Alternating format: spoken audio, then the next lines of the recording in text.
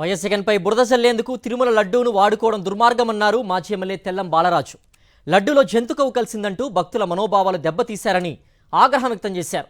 లడ్డూలో జంతుకొవ్వు కలవలేదని కేంద్ర సంస్థ ల్యాబ్లు రిపోర్ట్ ఇచ్చినా ఇంకా చంద్రబాబు, పవన్ తప్పుడు ప్రచారాలు చేస్తున్నారని మండిపడ్డారు. ఎన్డీడీబీ కానీ ఈ ల్యాబులు కూడా స్పష్టంగా ఎటువంటి జంతు కొవ్వు మరి కల్తీ జరగలేదని చెప్పినా కానీ ఈరోజు చంద్రబాబు నాయుడు, పవన్ కళ్యాణ్ గారు డంకా బాణాయిస్తున్నారు.